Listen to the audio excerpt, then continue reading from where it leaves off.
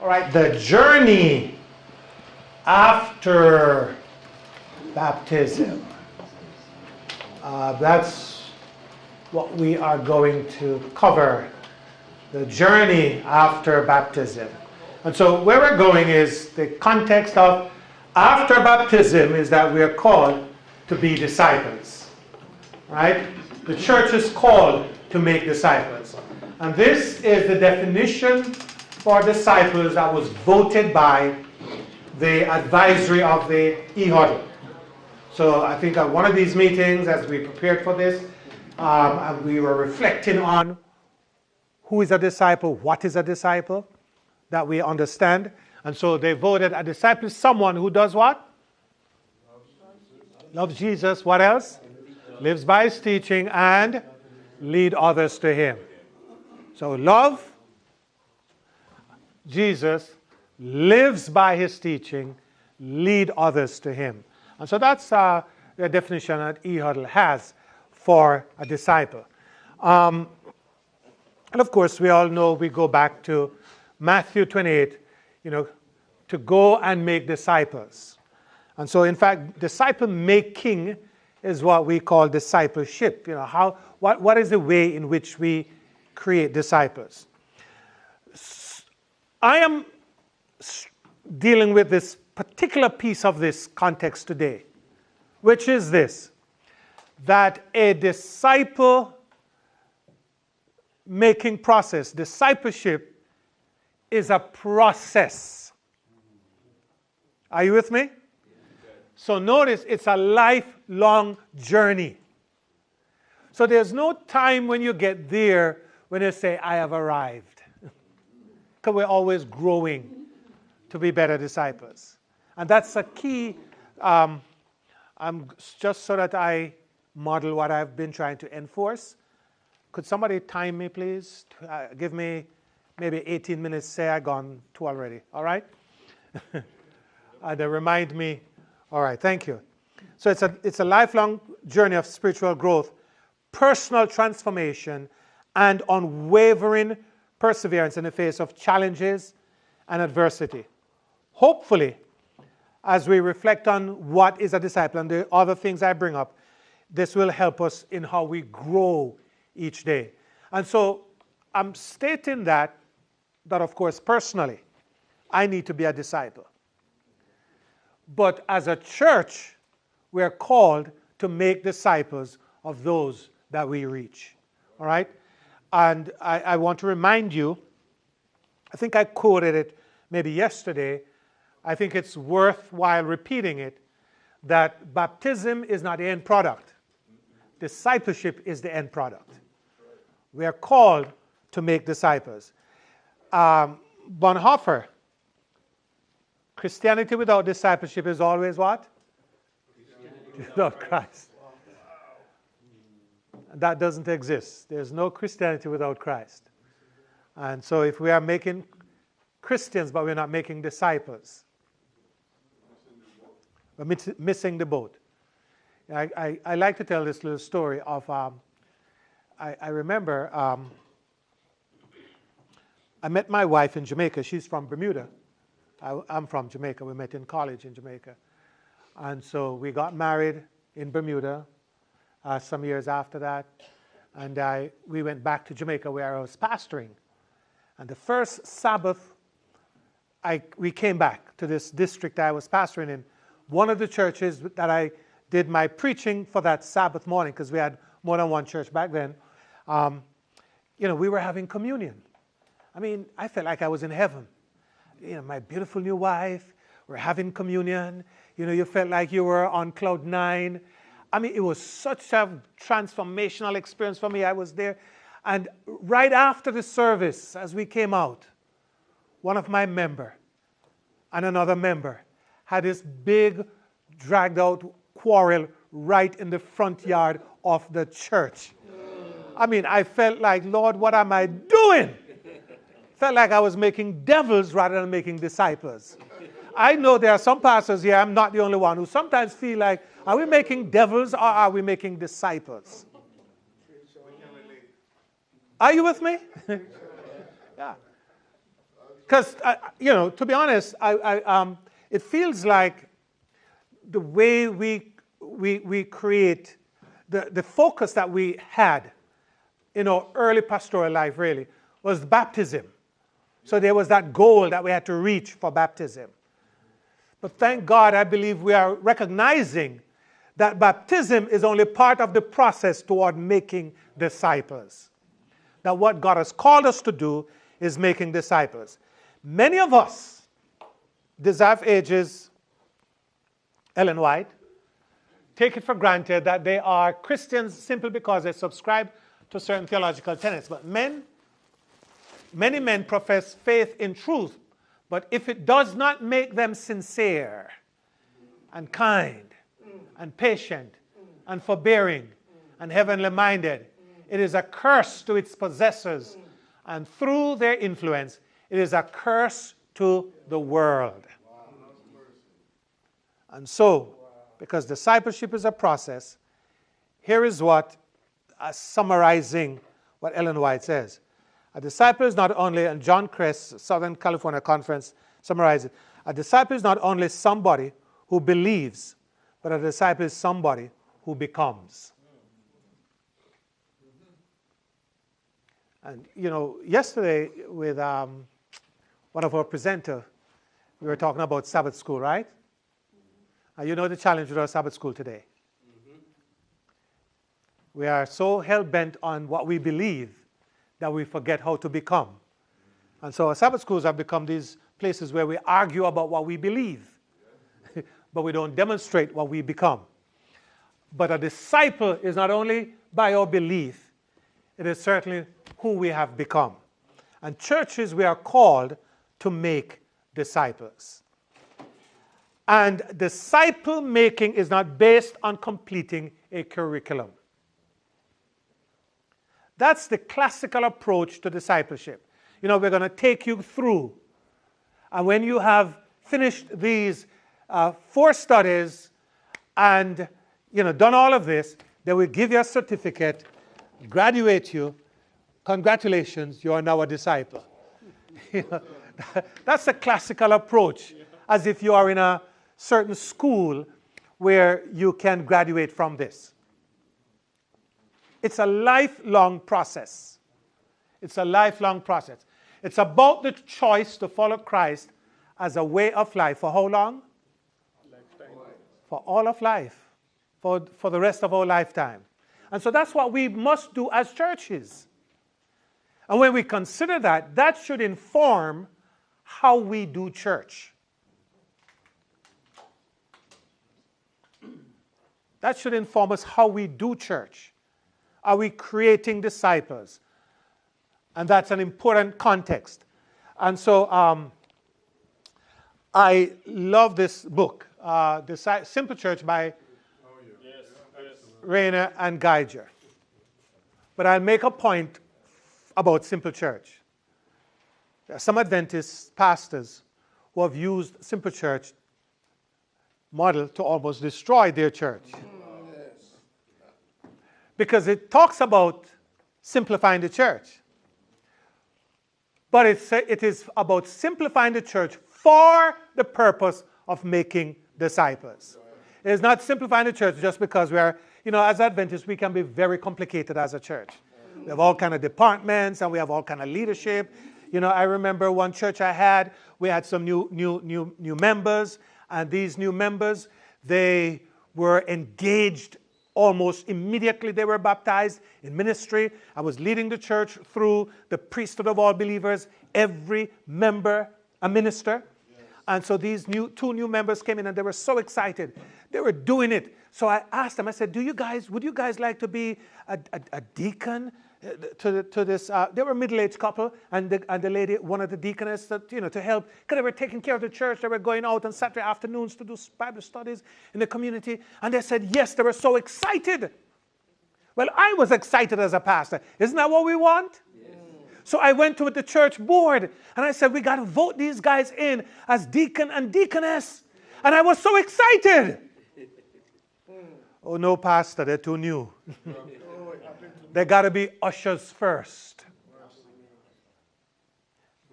So that's what I mean when I say, when we know that we are called to make disciples, it will inform how we do church. Because in the traditional role,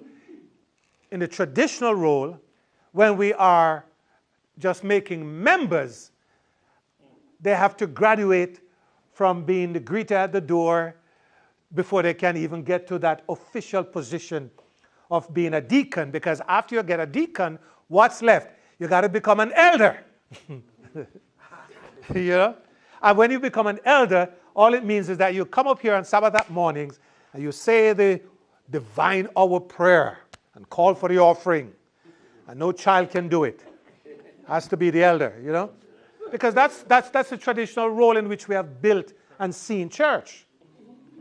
But when we understand that discipleship is a lifelong journey of becoming more like Christ, it makes a whole lot of difference about how we do church. All right? So it's a process through which we are daily being transformed to becoming more and more like Jesus.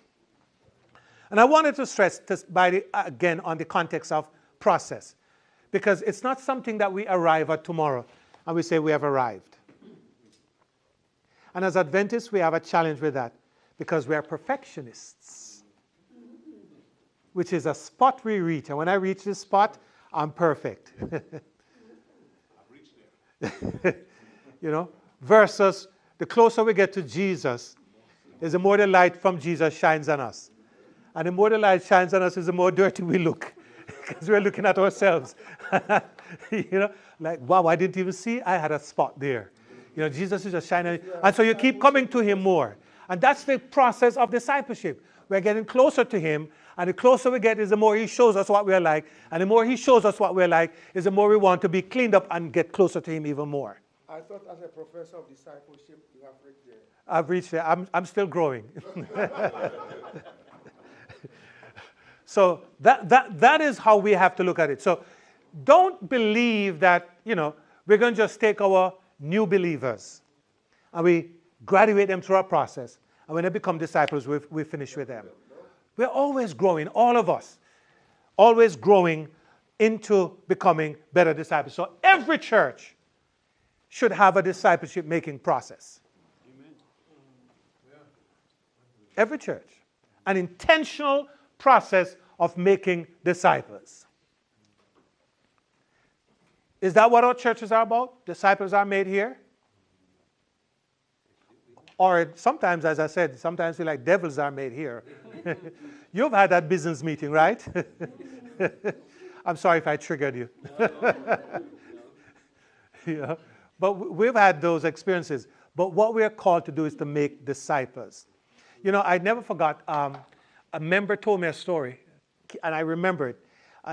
You know, she said her boss had been after her to work overtime on Saturdays, on her Sabbath. And she said she kept telling him no, and he wouldn't take no for an answer. He finally told her, I don't want you every Saturday. I know you go to church. I can give you a letter to give your pastor to know that maybe once or twice a month. That's all I need. So she said, you know, she folded her arm and she looked at him. I don't need a letter to take to my pastor. That's me and God. That has nothing to do with my pastor. And I thought, that's the kind of disciple I want to make. You know? The kind who can stand on their own because they are growing in their relationship with Christ. They don't have to perform for the pastor. We don't perform for each other. What we are in a relationship with Christ. And that's what our churches must be doing, making disciples. And so think about your churches, or business meeting, or board meetings, or structures, our nominating process for choosing who leads the church. Are all those things contributing towards making disciples? Because if that's what we are called to do, everything we do in church must contribute towards making disciples. And that's how we will determine what are some of the things we perhaps need to get rid of. Because if they're not making disciples, then there's something wrong. Right? It should not be a complicated process, whatever the process you're making. You know, some of you guys have pastored for years. And you know, you go somewhere and somebody gives you a chart with the beast and the dragon, and you're looking at it and you're like, I've been to college. I've done some studies, but I don't know what this thing is saying because it's so complicated. Have you gotten that? Right? And you're all confused looking at this stuff. Our discipleship-making process, I hope I didn't pull this thing off. Our discipleship-making process should be simple and clear. Shouldn't be complicated. We go from this process to this process to this process to this process. And it should be not necessarily a linear process, but a process where we are consistently being refreshed and renewed as we go through the cycle of becoming closer and closer to Jesus Christ. So making disciples intentionally should not be complicated. It should be simple. All right? So like I said, it probably should be a more linear process. When a new guest comes into your church, and if they return and show interest, what's the next step? And then after that, what's the next step? And then after that, what's the next step? What are the steps and parts of the ways in which we lead people through into becoming more like Jesus? Are they being equipped? And so in the church I had, the equipping was built into the priesthood of all believers. Because every member was a minister, and we ministered through our own spiritual gifts. And, as pastor, we are called to lead people, equip people into ministry through the use of their spiritual gifts. And so that straightforward and strategic process to move through the stages of spiritual growth towards full discipleship is what we should be about. So it should be complicated. It shouldn't be hidden. It should be known. The pastor should know it. The leadership team should know it. The church board should know it. It should be built into the vision and the mission of our church, how we make disciples. I know one pastor who, when he has, after the baptism of new members, he meets with them, even for an orientation into his church. So here's what we are about as a church. Here are the steps that we are going to encourage you to go through. Because to some degree, as Adventists, and work with me, many of our churches, we have this low commitment type mentality for membership and for discipleship. All we want you to do is come on Sabbath, show up, and return your tithe. But discipleship has to be more than that. Has to be more than that. And so we have to determine what are the steps, what is this process. And yes, thank you. And so for no, you're going to laugh for half of my minute. And so clarity, movement. So for the church, there should be clarity about how we make it. And there should be clear movement between the pieces on this process chart. There should be alignment with all that we do as a church. And there should be focus. We should know what we're doing. We should know where we're going. And we should know how we're getting there. All right? And so that's key. And so for me, as I led a church through developing, many years ago, developing a process for discipleship, we, as I said, we're working on the priesthood of all believers. I'd read this book. I forget his name. Rex Edwards. Rex Edwards was his name. The title of the book was The Priesthood of All Believers. And I was like, wow, I was just blown away. It was more a deep theological book. And then I read Russell Burrell's Revolution in the Church, which actually he quotes a lot from Rex Edwards' book, The Priesthood of All Believers. But Russell just broke it down into more, vernacular, local language and easily understood. And so I led my church through this process. I took Russell's book, The Revolution in the Church, and I made presentations of each chapter. And Sabbath afternoons we met and I walked them through all of that steps to understand that ministry is not the pastor performing and you paying and watching. That's not discipleship. That's not discipleship. So that's what we did the Sabbath afternoons. And of course, we had the support of the board. You know, we talked about, and I like some of the emphasis I'm getting here, because we went through intentional periods of prayer and fasting as a church as we were doing this. That any change process you're leading your church through must be bathed in prayer, in the spirituality of the pastor and his members. And as the pastor, I didn't know everything. You know, I wasn't the treasurer. There was a time when the pastor was the treasurer, the builder, and the choir leader, and his wife was playing the piano. You know, and teaching the children Sabbath school as well in between that, and doing potluck lunch after that. So, honey, you have a far way to go.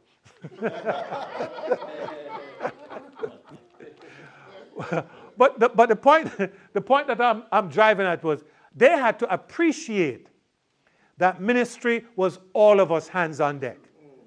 You know, and I liked what was said before, you know, that I didn't send my members out on a prayer walk. I went with them on a prayer walk. It was a part of what we did as a church. We did a lot of that, you know, but it meant taking the church through. Before we did that, we also took time with spiritual formation. I deliberately kept the word formation there because I know we had gotten to the place where we talked about biblical spirituality. But I believe that our spirituality ought to be biblical. But our formation is who we are becoming. And I think we need to reclaim the word, right? And we had vision in session. We did strategic planning. We took the whole church through its spiritual gifts. We did a ministry placement process where members were placed in ministry based on their gifts. So the nominating committee process was revamped, and members were put in ministry based on the interview that we did with them and found out what their gifts were, where their passion lay, and how they saw themselves serving in ministry, right? So all of that was a part of our disciple-making process that we were engaged in. And I believe that as a church, it assisted us to grow. And not only did we grow spiritually, but I saw the church also grow numerically. In fact, the years that we did this, our baptisms began to climb again. From a plateaued church, it was a good church, but it had plateaued. Our baptisms started to grow. And the pastor who followed after I left, the first 2-3 years after that, he is like what we were talking about earlier with some of the presenters. Like there were a lot of people who probably I wasn't reaching. You know, they were hearing, but they weren't responding. Well, he just brought all of them. I mean, the baptism just exploded after that, you know. But it was the foundation that was laid that he was reaping from. And so we want to thank God for that. So what I want to leave you with is that every church must be clear about how are we making disciples. How are we making disciples? Too many times, what drives our churches, and you know that, is who is, you know, if there was supposed to be a meeting with who are we going to appoint as the pastor for this new church, you know, the whole church comes out because we're going to discuss who's going to be our pastor. Or when the nominating committee report is read, who's going to be the elder. You know, people get passionate about those things. But we ought to be passionate about how we're making disciples. We have to spend time with that, ask ourselves that vision, what a disciple in this church looks like. Who is a disciple? And when we do so, it will help to inform us about what are those things we need to avoid, what are those things we need to keep, how we do focus, how we make that movement, and how clear we should be about what God has called us to do, to at all times, in everything we do, make disciples.